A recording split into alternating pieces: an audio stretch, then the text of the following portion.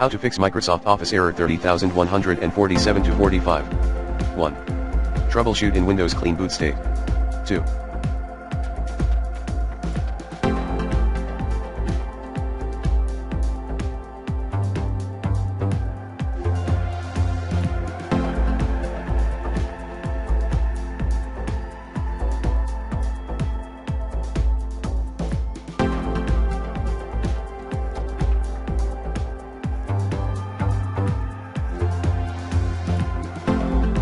Repair Office.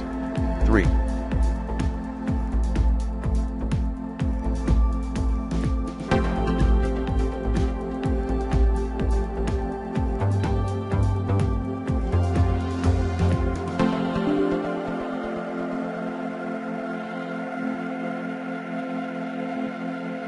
Uninstall and reinstall Office using the Microsoft Support and Recovery Assistant, Sarah, tool.